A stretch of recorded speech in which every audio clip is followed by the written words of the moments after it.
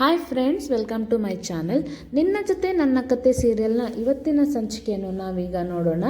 ಶ್ರವಣ್ ಬಂದು ಮನಸ್ವಿನಿ ಹತ್ರ ಮಾತಾಡ್ಕೊಂಡು ಹೋಗಿರೋದನ್ನು ದೇವ್ಯಾನಿ ಕೇಳಿಬಿಟ್ಟು, ಶ್ರವಣ್ ಯಾಕೆ ಇಲ್ಲಿ ಬಂದಿದ್ದ ಅಂತ ಹೇಳಿಬಿಟ್ಟು ಕೇಳ್ತಾಳೆ. ಆಗ ಇವಳು ಏನು ಹೇಳಬೇಕು ಅಂತ ಗೊತ್ತಾಗದೆ, ಅಪ್ಪ ಮಗಳ ಹತ್ರ ಬಂದು ಮಾತಾಡೋದಕ್ಕೆ ಏನಾದರೂ ಕಾರಣ ಬೇಕಾ ಅಂತ ಹೇಳಿಬಿಟ್ಟು ಹೇಳ್ತಾಳೆ. ಆಗ ದೇವ್ಯಾನಿಗೆ ಕೋಪ ಬಂದು ಅವಳನ್ನೇ ಗುರಾಯಿಸಿ ನೋಡ್ತಾಳೆ. ಆಗ ಮನಸ್ವಿನಿ ಸ್ವಲ್ಪ ತಡವರಿಸ್ತಾ, ಇಲ್ಲ, ಹೀಗೆ ಸುಮ್ಮನೆ ಮಾತಾಡೋದಕ್ಕೆ ಅಂತ ಬಂದಿದ್ರು, ಮಾತಾಡ್ಕೊಂಡು ಹೋದರು ಅಷ್ಟೇ ಅಂತ ಹೇಳ್ತಾರೆ. ಆಗ ದೇವ್ಯಾನಿ, ಸರಿ ಆಯಿತು, ನಡಿ ನಾವು ಹೋಗೋಣ ಅಂತ ಹೇಳ್ತಾರೆ. ಎಲ್ಲಿಗೆ ಅಂತ ಕೇಳಿದಾಗ ರಾಣ ಮನೆಗೆ ಅಂತ ಹೇಳ್ತಾರೆ. ರಾಣ ಮನೆಗೆ ಈಗ ಯಾಕೆ ಅಂತ ಕೇಳ್ತಾರೆ. ಸ್ವಲ್ಪ ಕೆಲಸ ಇದೆ ಅಂತ ಹೇಳ್ತಾರೆ. ಏನು ಕೆಲಸ ಅಂತ ಕೇಳಿದಾಗ ದೇವ್ಯಾನಿ ಅವಳಿಗೆ ಏನೇನೋ ಹೇಳಿ ಎಕ್ಸ್ಪ್ಲೇನ್ ಮಾಡ್ತಾಳೆ. ಸರಿ ಆಯಿತು ನಡೀರಿ, ಆದರೆ ಈಗ ಮನೇಲಿ ಏನು ಹೇಳೋದು ಅಂತ ಕೇಳ್ತಾರೆ. ನೀವು ಅದ್ರ ಬಗ್ಗೆ ಎಲ್ಲ ಯೋಚನೆ ಮಾಡಬೇಡ, ಮನೇಲೆಲ್ಲ ನಾನು ಹೇಳಿದ್ದೀನಿ, ನೀನು ಸದ್ಯಕ್ಕೆ ನನ್ನ ಜೊತೆ ಹೊರಟು ಬಾ ಅಂತ ಹೇಳಿಬಿಟ್ಟು ದೇವ್ಯಾನಿ ಮನಸ್ವಿನಿನ ಕರ್ಕೊಂಡು ಹೊರಡ್ತಾಳೆ. ಇಲ್ಲಿ ಅಜಿತ್ ಮತ್ತು ಸತ್ಯ ಸ್ಟೇಷನಲ್ಲಿ ಕೂತಿರ್ತಾರೆ. ಅವಳನ್ನ ಎಷ್ಟೇ ಕನ್ವಿನ್ಸ್ ಮಾಡಿದ್ರು ಅವಳು ಕನ್ವಿನ್ಸ್ ಆಗ್ತಾಯಿಲ್ಲ. ಸಾರಿ ಕೇಳಿದ್ರು ಅವಳು ಕೋಪ ಕರಗ್ತಾನೆ ಇಲ್ಲ. ಏನು ಮಾಡೋದು ಅಂತ ಹೇಳಿದಾಗ ಟೀ ತರಿಸೋ ಸೊಲ್ಯೂಷನ್ ಕೊಟ್ಟಿರ್ತಾರೆ. ಈಗ ಬರ್ತಾಳಲ್ಲ, ಅವಳನ್ನು ಕನ್ವಿನ್ಸ್ ಮಾಡೋಣ ಅಂತ ಹೇಳ್ತಾರೆ. ಆದರೆ ಟೀ ಕೊಡೋದಕ್ಕೆ ಲಕ್ಷ್ಮಕ್ಕ ಬರ್ತಾರೆ. ಲಕ್ಷ್ಮಕ್ಕ ಬಂದು ಟೀ ಕೊಡ್ತಾರೆ. ನಾನು ಭೂಮಿನ ಕರೆದ್ರೆ ನೀವು ಬಂದಿದ್ದೀರಲ್ಲ, ಯಾಕೆ ಅಂತ ಕೇಳ್ತಾರೆ. ಭೂಮಿ ಯಾಕೋ ಸತ್ತಿದ್ದಾಳೆ ಅಣ್ಣ, ಅವಳು ಮಾತೇ ಆಡ್ತಾ ಇಲ್ಲ, ಏನಾಯಿತು ಅಂತ ಹೇಳಿ ಕೇಳ್ತಾರೆ. ಗೊತ್ತಿಲ್ಲ, ನೋಡೋಣ, ನಾನು ಏನಂತ ವಿಚಾರಿಸ್ತೀನಿ ಲಕ್ಷ್ಮಕ್ಕ, ಆಮೇಲೆ ಹೇಳ್ತೀನಿ ಅಂತ ಹೇಳಿಬಿಟ್ಟು ಸತ್ಯ ಅವರನ್ನು ಕಳಿಸ್ತಾರೆ. ನಾನೇ ಒಂದು ಹೆಜ್ಜೆ ಹೋಗಿಬಿಟ್ಟು ಟೀನ ಹೇಳಿ ಬಂದಿದ್ದೀನಿ, ಆದರೂ ಇವಳು ನೋಡು ನನ್ನ ಮೇಲೆ ಇಷ್ಟೊಂದು ಕೋಪ ಮಾಡ್ಕೊಂಡಿದ್ದಾಳೆ. ಹೇಗ ಸತ್ಯಣ್ಣ ಇವಳು ಕೋಪನ ಕರಗಿಸೋದು? ಹೆಣ್ಮಕ್ಳು ಪಟಪಟ ಅಂತ ಮಾತಾಡ್ತಿದ್ರೆ ಹೇಗಾದರೂ ಇರ್ಬೋದು, ಆದರೆ ಅವ್ರ ಮೌನನ ಮಾತ್ರ ಸಹಿಸೋಕ್ಕಾಗೋದಿಲ್ಲ ಅಂತ ಹೇಳ್ತಾರೆ. ಅದನ್ನೇ ಕಣಯ್ಯ ಪ್ರೀತಿ ಅಂತ ಹೇಳೋದು ಅಂತ ಸತ್ಯಣ್ಣ ಹೇಳ್ತಾರೆ. ಸತ್ಯಣ್ಣ, ನೀವು ಸುಮ್ಮನೆ ಇರಿ, ಅವಳು ಕೋಪ ಕಡಿಮೆ ಮಾಡೋದು ಹೇಗೆ ಅಂತ ಹೇಳಿ ಅಂತ ಹೇಳ್ತಾರೆ. ಹಾಗಾದರೆ ಅವಳನ್ನು ಶಾಪಿಂಗ್ಗೆ ಕರ್ಕೊಂಡು ಹೋಗು, ಅವಳು ಕೇಳಿದ್ದನ್ನೆಲ್ಲ ಕೊಡಿಸು. ಹೆಣ್ಮಕ್ಳು ಶಾಪಿಂಗ್ ಹೋದಾಗ ಕೇಳಿದ್ದನ್ನೆಲ್ಲ ಕೊಡಿಸಿದ್ರೆ ಕರಗದೇ ಇರೋ ಹೆಣ್ಮಕ್ಳೇ ಇಲ್ಲ ಅಂತ ಹೇಳಿಬಿಟ್ಟು ಸತ್ಯಣ್ಣ ಹೇಳ್ತಾರೆ.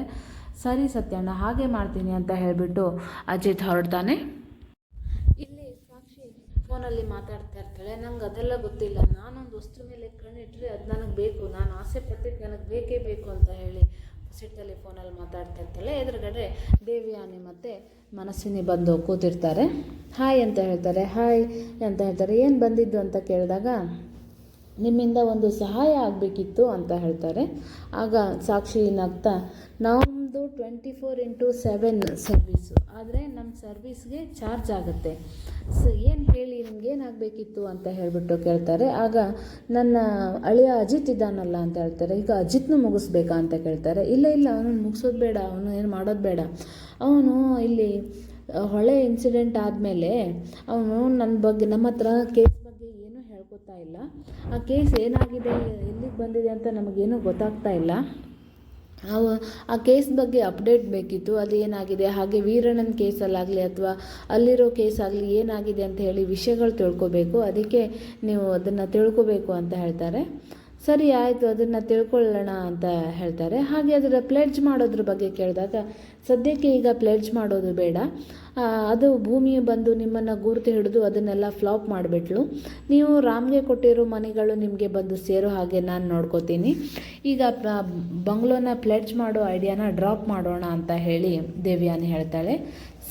ಆದರೆ ಈ ಸ್ಪೈ ಮಾಡೋ ಕೆಲಸನ ಮನಸ್ವಿನಿ ಅಂತ ಟ್ಯಾಲೆಂಟೆಡ್ ಪರ್ಸನ್ನ ಇಟ್ಕೊಂಡು ನೀವು ನಮ್ಗೆ ಹೇಳ್ತಾ ಇದ್ದೀರಲ್ಲ ಅಂತ ಹೇಳ್ತಾರೆ. ಮನಸ್ವಿನಿಗೆ ನಾನು ಬೇರೆ ಕೆಲಸ ಕೊಟ್ಟಿದ್ದೀನಿ, ಅವಳು ಅದರಲ್ಲಿ ಬ್ಯುಸಿ ಇದ್ದಾಳೆ, ಅದಕ್ಕೋಸ್ಕರ ನಿಮ್ಗೆ ಇದು ಕೊಡ್ತಾ ಇದ್ದೀನಿ ಅಂತ ಹೇಳ್ತಾರೆ. ಸರಿ ಆಯಿತು ಅಂತ ಹೇಳ್ತಾರೆ. ಹಾಗಾದರೆ ನಾವು ಹೊರಡ್ತೀವಿ ಅಂತ ಹೇಳಿಬಿಟ್ಟು ಮನಸ್ವಿನಿ ಮತ್ತು ದೇವ್ಯಾನಿ ಹೊರಡ್ತಾರೆ.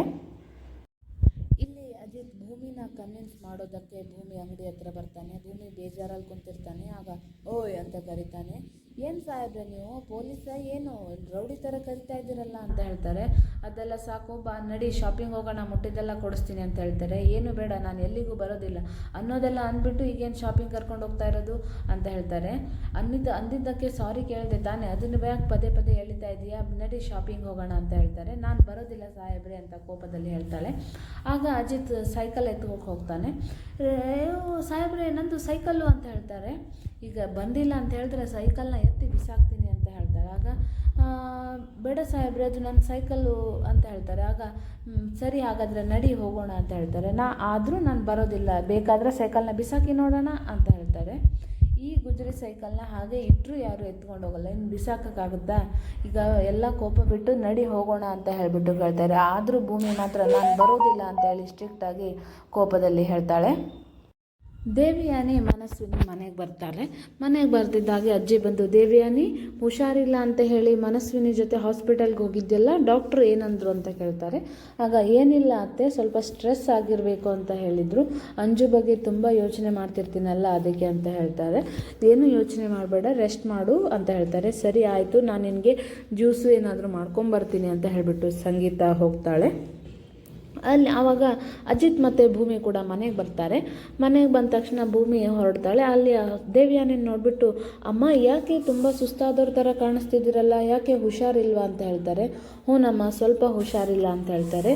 ಹೌದಾ, ರೆಸ್ಟ್ ತೊಗೊಳ್ಳಿ ಅಮ್ಮ, ನಾನು ನಿಮ್ಗೆ ಏನಾದರೂ ಜ್ಯೂಸ್ ಮಾಡ್ಕೊಂಬರ್ತೀನಿ ಅಂತ ಹೇಳ್ತಾರೆ. ಆಗ ನಿಮ್ಮ ಅತ್ತೆ ಹೋಗಿದ್ದಾರೆ ಮಾಡ್ಕೊಂಬರೋದಕ್ಕೆ ಅಂತ ದೇವಿಯಾನಿ ಹೇಳ್ತಾಳೆ. ಸರಿ ಹಾಗಾದರೆ ಅಮ್ಮ, ನೀವು ರೆಸ್ಟ್ ಮಾಡಿ ಅಂತ ಹೇಳಿ ಭೂಮಿ ಹೊರಡ್ತಾಳೆ. ಆಗ ಅಜಿತ್, ಇವಳನ್ನ ಒಂಟಿಯಾಗಿ ಕ್ಯಾಚ್ ಹಾಕೊಳ್ಳೋಕ್ಕಾಗಲ್ಲ, ಮನೆಯವರೆಲ್ಲರ ಮುಂದೆ ಹೇಗಾದರೂ ಮಾಡಿ ಇವಳನ್ನು ಕನ್ವಿನ್ಸ್ ಮಾಡಬೇಕು ಅಂತ ಹೇಳಿಬಿಟ್ಟು ನಾಟಕ ಮಾಡೋಕ್ಕೆ ಹೋಗ್ತಾನೆ. ಅಯ್ಯೋ ಅಮ್ಮ ಅಂತ ಹೇಳಿ ಕಿರ್ಚ್ತಾನೆ. ಆಗ ಭೂಮಿ ಗಾಬರಿಯಾಗಿ ಏನಾಯಿತು ಅಂತ ಹೇಳಿ ಹತ್ರ ಹೋಗ್ತಾಳೆ. ಕಣ್ಣಲ್ಲಿ ಕಸ ಬಿದ್ದುಬಿಡ್ತು, ಚಿನ್ನ ಎಲ್ಲಿದೆಯಾ ಅಂತ ಹೇಳಿಬಿಟ್ಟು ತಗೊಂಡು ಕಣ್ಣೂದು ಅಂತ ಹೇಳ್ತಾರೆ. ಅಷ್ಟೊತ್ತಿಗೆ ಸಂಗೀತನೂ ಬರ್ತಾಳೆ. ಏನಾಯಿತು ಅಂತ ಕೇಳಿದಾಗ, ಅಮ್ಮ ಕಣ್ಣಲ್ಲಿ ಕಸ ಬಿದ್ದುಬಿಡ್ತು ಅಂತ ಹೇಳ್ತಾರೆ. ಅಯ್ಯೋ ಏನೋ ನೀನು ಇಷ್ಟು ದೊಡ್ಡವನಾಗಿದೆಯಾ, ಕಣ್ಣಲ್ಲಿ ಕಸ ಬಿದ್ದಿದ್ದಕ್ಕೆ ಈ ಥರ ಆಡ್ತಿದ್ಯಲ್ಲ ಅಂತ ಹೇಳಿಬಿಟ್ಟು ಬೈತಾರೆ. ಆಗ ಅದು ಈ ಥರ ಕಣ್ಣು ಉಜ್ಕೊಳ್ಳೋದ್ರಲ್ಲೂ ಒಂಥರ ಚೆನ್ನಾಗಿದೆ ಅಮ್ಮ ಅಂತ ಹೇಳ್ತಾ ಇರ್ತಾನೆ. ಅಜಿತ್ ಪ್ಲ್ಯಾನ್ ಭೂಮಿಗೆ ಗೊತ್ತಾಗಿ, ಮನಸ್ವಿನಿಯವರೇ ನನಗೆ ಸ್ವಲ್ಪ ತಲೆ ನೋಯ್ತಾ ಇದೆ, ನೀವೇ ಸ್ವಲ್ಪ ಕಣ್ಣು ಉತ್ತೀರಾ ಅಂತ ಹೇಳ್ತಾರೆ. ಹೇಳಿ ಹೋಗಿಬಿಡ್ತಾಳೆ. ಆಗ ಅವಳು ಖುಷಿಯಿಂದ ಓಡೋಡಿ ಬರ್ತಾ ಇರ್ತಾಳೆ. ಆವಾಗ ಅಜಿತ್ ಎಲ್ಲಿ ಕಣ್ಣುತ್ತೀನಿ ಅಂತ ಹೇಳಿಬಿಟ್ಟು ಮನಸ್ವಿನಿ ಕರೀತಾಳೆ. ಇಲ್ಲ, ಈ ಕಣ್ಣು ಸರಿ ಹೋಯ್ತು, ನನ್ನ ಹೆಂಡತಿ ಕಣ್ಣು ಊದಿದ್ಲಲ್ಲ ಸರಿ ಹೋಯ್ತು, ಚಿನ್ನ ಕಣ್ಣು ಸರಿ ಹೋಯ್ತು, ಚಿನ್ನ ಅಮ್ಮ ಕಣ್ಣು ಸರಿ ಹೋಯ್ತು ನನ್ನ ಹೆಂಡತಿ ಊದಿದ್ದಕ್ಕೆ ಅಂತ ಹೇಳಿ ಜೋರಾಗಿ ಮಾತಾಡ್ತಾನೆ. ಆಗ ಮನಸ್ವಿನಿ ಕೋಪ ಮಾಡಿಕೊಂಡು ಒಂಥರ ಅವಮಾನದ ಥರ ಆಗುತ್ತೆ. ಅದಾದಮೇಲೆ ಇವನು ಹೊರಡ್ತಾನೆ ರೂಮಿಗೆ. ಅದಾದಮೇಲೆ ಸಂಗೀತ, ಇವರಿಬ್ಬರು ಮಧ್ಯೆ ಏನೂ ಸರಿ ಇಲ್ಲ, ನಮ್ಗಳ ಮಧ್ಯೆ ತುಂಬ ಖುಷಿಯಾಗಿರೋರ ಥರ ನಾಟಕ ಮಾಡ್ತಾ ಇದ್ದಾರೆ ಅಂತ ಹೇಳಿಬಿಟ್ಟು ಬೇಜಾರು ಮಾಡ್ಕೋತಾಳೆ ಸಂಗೀತ. ರೂಮಿಗೆ ಬಂದು ಅಜಿತ ಭೂಮಿಗೆ ಬೈತಾನೆ. ನಿನ್ಗೇನಾದರೂ ಬುದ್ಧಿ ಆಯಿತಾ, ಮನಸ್ವಿನಿಗೆ ನನ್ನ ಕಣ್ಣು ಊದು ಅಂತ ಹೇಳ್ತಾ ಇದೆಯಲ್ಲ, ಅವಳು ಸಿಕ್ಕಿದ್ದೇ ಚಾನ್ಸು ಅಂತ ಬಂದಿದ್ಲು ಅಂತ ಹೇಳ್ತಾರೆ. ಅವಳ ಹತ್ರನೇ ಊದಿಸ್ಕೋಬೇಕಿತ್ತು, ಪ್ರೀತಿಯಿಂದ ಊದ್ತಿದ್ಲು, ಕಣ್ಣಲ್ಲಿ ಮನಸ್ಸಲ್ಲಿ ಇರೋ ಕಸನೆಲ್ಲ ತೆಗಿತಿದ್ಲು ಅಂತ ಹೇಳ್ತಾರೆ. ಏನೇ ನೀನು ಬೆಳಿಗ್ಗೆಯಿಂದ ಸಂಜೆದ ಒಳಗೆ ಜಗಳ ಮುಗಿಸ್ತಾ ಇದ್ದೆ, ಈಗ ನೋಡಿದ್ರೆ ಟೆಸ್ಟ್ ಮ್ಯಾಚ್ ಥರ 5-5 ದಿನ ಮಾಡ್ತಿದ್ದೀಯಲ್ಲ, ನೀನೇನು ಕನ್ವಿನ್ಸ್ ಆಗ್ತೀಯೋ ಇಲ್ವೋ ಅಂತ ಹೇಳ್ತಾರೆ. ನನ್ನ ತಪ್ಪಾಯಿತು ಅಂತ ಹೇಳಿದೆ ತಾನೆ ಅಂತ ಹೇಳ್ತಾರೆ. ನೀವು ನಮ್ಮ ಅಮ್ಮನ ಬಗ್ಗೆ ಅನುಮಾನ ಪಟ್ಟು ಹೇಳಿದ್ದನ್ನೆಲ್ಲ ನಾನು ಮರ್ತು ಬಿಡಬೇಕಾ ಅಂತ ಹೇಳ್ತಾರೆ. ಆಯಿತು, ತಪ್ಪಾಯಿತು ಅಂತ ಹೇಳ್ತಿದ್ದೀನಿ ತಾನೆ, ಅರ್ಥ ಮಾಡ್ಕೊ, ಯಾಕೆ ಹಿಂಗೆ ಆಡ್ತಿದ್ಯಾ, ನೀನು ಈ ಥರ ಆಡಿದ್ರೆ ಮನೆಯವರಿಗೆಲ್ಲ ಅನುಮಾನ ಬರೋದಿಲ್ವಾ? ಅವಳು ಏನನ್ನು ಲೆಕ್ಕಕ್ಕೆ ತಗೊಳ್ದೆ ಅಲ್ಲಿಂದ ಹೊರಡ್ತಾಳೆ. ಮತ್ತೆಲ್ಲಿಗೆ ಹೋಗ್ತಿದ್ಯಾ ಅಂತ ಹೇಳ್ತಾರೆ. ನೀರು ತುಂಬೋದಕ್ಕೆ ಅಂತ ಹೇಳಿಬಿಟ್ಟು ಅವಳು ಹೊರಟೋಗ್ತಾಳೆ. ಇಲ್ಲಿ ಅಪೇಕ್ಷಾಗೆ ರಾಮ್ ಬಂದು ಚಾಕ್ಲೇಟ್ ತಂದು ಕೊಡ್ತಾನೆ. ಅಪ್ಪ ಚಾಕ್ಲೇಟಾ, ಯಾಕೆ ಅಂತ ಕೇಳ್ತಾರೆ. ಇದು ಬಿಸ್ನೆಸ್ಸಲ್ಲಿ ಎಲ್ಲ ಲಾಭ ಆಗ್ತಾಯಿದ್ದಲ್ಲಪ್ಪ, ನಾನು ಅಂದ್ಕೊಂಡಾಗೆಲ್ಲ ಇನ್ವೆಸ್ಟ್ಮೆಂಟ್ ಎಲ್ಲ ಆಯ್ತಲ್ಲ, ಅದಕ್ಕೆ ನಿನಗೆ ಅಂತಲ್ಲ. ಅಲ್ಲ ಅಪ್ಪ, ನಾನು ಇಷ್ಟು ದೊಡ್ಡವಳಾಗಿದ್ದೀನಿ, ಇಷ್ಟು ಚಿಕ್ಕ ಚಿಕ್ಕ ಚಾಕ್ಲೇಟ್ ತಂದು ಕೊಟ್ಟಿದ್ದೀರಲ್ಲ, ದೊಡ್ಡ ತಂದ್ಕೊಡ್ಬೇಕಪ್ಪ ಅಂತ ಹೇಳ್ತಾಳೆ. ದೊಡ್ಡ ತಿಂದರೆ ಹಲ್ಲು ಹಾಳಾಗುತ್ತೆ, ಅದಕ್ಕೆ ಚಿಕ್ಕದು ಸ್ವಲ್ಪ ತಿನ್ನಲಿ ಅಂತ ತಂದು ಕೊಟ್ಟಿದ್ದೀನಿ ಅಂತ ಹೇಳ್ತಾರೆ. ನನ್ನ ಮುದ್ದು ಅಪ್ಪ ಅಂತ ಹೇಳಿ ತಬ್ಕೋತಾಳೆ. ಅದನ್ನೆಲ್ಲ ಸಂಗೀತ ನೋಡಿಬಿಟ್ಟು ಬರ್ತಾಳೆ. ರೀ, ನೀವು ಅಜಿತ್ ಜೊತೆ ಮಾತಾಡಿರಿ, ನೀವು ಕೈ ಮಾಡಿದ್ದಕ್ಕೆ ಅಜಿತ್ ಬೇಜಾರಾಗಿ ಹಾಗೆ ಇದ್ದಾನೆ, ಆದರೂ ನೀವು ಕೈ ಮಾಡಿದರೂ ಕೂಡ ಏನೂ ಆಗದೆ ಇರೋರ ಥರ ಖುಷಿಯಾಗಿ ಇದ್ದಾರೆ ಅವರು ಗಂಡ ಹೆಂಡತಿ ಅಂತ ಹೇಳ್ತಾರೆ. ಹೌದು ಸಂಗೀತ, ನನಗೂ ಬೇಜಾರಿದೆ ಅಂತ, ನೀವು ಹಾಗಾದರೆ ಅಜಿತ್ ಜೊತೆ ಹೋಗಿ ಮಾತಾಡ್ತೀರಾ ಅಂತ ಕೇಳ್ತಾರೆ. ಸರಿ ಆಯಿತು, ಮಾತಾಡ್ತೀನಿ ಅಂತ ಹೇಳಿಬಿಟ್ಟು ರಾಮ್ ಹೇಳ್ತಾನೆ. ಆಗ ಅಪ್ಪನೂ ಹೊರಡ್ತಾಳೆ. ಅಪೇಕ್ಷಾ, ನೀನು ಎಲ್ಲಿಗೂ ಹೋಗ್ತಾ ಇಲ್ಲ ಅಂತ ಹೇಳ್ತಾರೆ. ಬಾಯಿ ಮುಚ್ಕೊಂಡು ನೀನು ಇಲ್ಲೇ ನಿಂತ್ಕೊ, ಹೋಗಿರಿ, ನೀವು ಒಬ್ಬರೇ ಹೋಗಿ ಮಾತಾಡ್ಕೊಂಡು ಬನ್ನಿ ಅಂತ ಹೇಳ್ತಾರೆ. ಅಮ್ಮ, ನಾನು ನಿನ್ನ ಮಗಳು ಒಳ್ಳೆ ಬೀದಿಲಿ ಬಿಟ್ಟಿರೋ ನಾಯಿ ಥರ ನೋಡ್ತೀಯಲ್ಲ ಅಂತ ಹೇಳಿಬಿಟ್ಟು, ಅದು ಜಾಸ್ತಿ ಮಾತಾಡಬೇಡ, ನೀನು ಸುಮ್ಮನೆ ನಿಂತ್ಕೊ ಇಲ್ಲೇ ಅಂತ ಹೇಳಿಬಿಟ್ಟು ಸಂಗೀತ ಅಪ್ಪನ ತಡಿತಾಳೆ. ಸರಿ ಅಂತ ಹೇಳಿಬಿಟ್ಟು ಅಜಿತ್ನ ಮಾತಾಡ್ಸೋದಕ್ಕೆ ರಾಮ್ ರೂಮ್ ಹತ್ರ ಹೋಗ್ತಾನೆ. ಅಜಿತ್ ಅಂತ ತಿರುಗಿ ನೋಡದೆ ಕರಿತಾ ಇರ್ತಾನೆ. ಆಮೇಲೆ ಯಾರೂ ಶಬ್ದ ಮಾಡದೇ ಇರೋದು ನೋಡಿ ತಿರುಗಿ ನೋಡಿದಾಗ ಭೂಮಿ ಮತ್ತು ಅಜಿತ್ ಸಪ್ರೇಟಾಗಿ ಮಲಗಿರೋದನ್ನು ನೋಡಿ ಶಾಕ್ ಆಗ್ತಾನೆ. ಇವ್ರು ಯಾಕೆ ಸಪ್ರೇಟಾಗಿ ಮಲಗ್ತಿದ್ದಾರೆ ಅಂತ ಹೇಳ್ಬಿಟ್ಟು ಯೋಚನೆ ಮಾಡಿ ಅಲ್ಲಿಂದ ಹೊರಟೋಗ್ತಾನೆ, ಏನು ಮಾತಾಡದೆ. ಬೆಳಗಾದ ಕೂಡಲೇ ಭೂಮಿ ಮತ್ತು ಅಜಿತ್ ಅಮ್ಮ ಹೊರಡ್ತೀವಿ ಅಂತೇಳಿ ಆಫೀಸ್ಗೆ ಹೊರಡ್ತಾರೆ. ಆಗ ಸಂಗೀತ ಇಬ್ಬರೂ ತಡೆದು, ಅಜಿತ್, ಭೂಮಿ ನಿಂತ್ಕೊಳ್ಳಿ, ನಾನು ನಿಮ್ಮಿಬ್ಬರ ಜೊತೆ ಮಾತಾಡಬೇಕು, ನಡೀರಿ ರೂಮ್ಗೆ ಅಂತ ಹೇಳಿ ಕರೀತಾಳೆ. ಅಷ್ಟೊತ್ತಿಗೆ ಅಜ್ಜಿ ಬಂದುಬಿಟ್ಟು, ನಮ್ಮ ಮನೇಲಿ ಸಪ್ರೇಟಾಗಿ ಮಾತಾಡೋದು ಯಾವಾಗಿಂದ ರೂಢಿ ಆಯಿತು, ಅದೆಲ್ಲ ಇಲ್ಲ, ಏನು ಮಾತಾಡಬೇಕು ಅದು ಎಲ್ಲರ ಮುಂದೆ ಮಾತಾಡಬೇಕು ಅಂತೇಳಿ ಅಜ್ಜಿ ಹಠ ಮಾಡ್ತಾರೆ. ಆಗ ಸಂಗೀತ ಬೇರೆ ವಿಧಿ ಇಲ್ಲದೆ ಎಲ್ಲರ ಮುಂದೆ ಕರ್ಕೊಂಡು ಹೋಗ್ಬಿಟ್ಟು ಹೇಳ್ತಾಳೆ, ನೀವಿಬ್ಬರು ಯಾಕೆ ಬೇರೆ ಬೇರೆ ಮಲ್ಕೋತಿದ್ದೀರಾ ಅಂತ ಹೇಳಿ ಕೇಳ್ತಾಳೆ. ಆಗ ಅಜಿತ್ ಶಾಕ್ ಆಗ್ತಾನೆ, ಇವ್ರಿಗೆ ಹೇಗಪ್ಪ ವಿಷಯ ಗೊತ್ತಾಯಿತು ಅಂತ ಹೇಳಿ. ನಿಮ್ಗೆ ಯಾರಮ್ಮ ಹೇಳಿದರು ಇದೆಲ್ಲ ಅಂತ ಹೇಳ್ತಾರೆ. ನಿಮ್ಮ ಅಪ್ಪನೇ ಹೇಳಿದ್ದು, ನಿಮ್ಮನ್ನು ಮಾತಾಡ್ಸೋದಕ್ಕೆ ಅಂತ ಬಂದ್ರಂತೆ, ನೀವಿಬ್ಬರು ಬೇರೆ ಬೇರೆ ಮಲಗಿರೋದನ್ನು ನೋಡಿ ಬೇಜಾರಾಗಿ ಬಂದು ನನ್ನ ಹತ್ರ ಹೇಳಿದರು. ಏನಾಯಿತು, ನೀವಿಬ್ಬರು ಜಗಳ ಆಡ್ಕೊಂಡ್ರ, ನಮ್ಮಗಳ ಮುಂದೆ ಚೆನ್ನಾಗಿರೋ ಥರ ನಾಟಕ ಮಾಡ್ತಾ ಇದ್ದೀರಾ, ಏನಾಯಿತು ನನಗೆ ನಿಜ ಹೇಳಿ ಅಂತ ಹೇಳಿಬಿಟ್ಟು ಸಂಗೀತ ಕೇಳ್ತಿದ್ದಾಳೆ. ಈಗ ಅಜಿತ್ ಅವರಿಗೆ ಏನು ಹೇಳಬೇಕು ಅಂತ ಹೇಳಿ ಗೊತ್ತಾಗದೆ ಶಾಕ್ ಆಗಿದ್ದಾನೆ. ಮನಸ್ವಿನಿ ಅಪೇಕ್ಷೆ ಮಾತ್ರ ತುಂಬ ಖುಷಿಯಾಗಿದ್ದಾರೆ.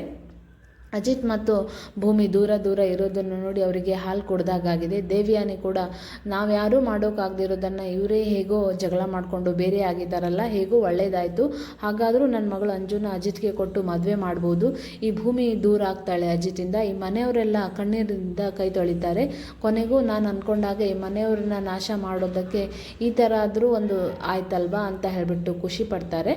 ಮುಂದೇನಾಗುತ್ತೆ, ಅಜಿತ್ ಈಗ ಹೇಗೆ ಮ್ಯಾನೇಜ್ ಮಾಡ್ತಾನೆ, ಬೇರೆ ಬೇರೆ ಮಲಗ್ತಿರೋದಕ್ಕೆ ಏನು ಸಬೂಬು ಕೊಟ್ಟು ಅವ್ರನ್ನೆಲ್ಲ ಕನ್ವಿನ್ಸ್ ಮಾಡ್ತಾನೆ ಅಂತ ಹೇಳಿ ನಾವು ಕಾದು ನೋಡೋಣ.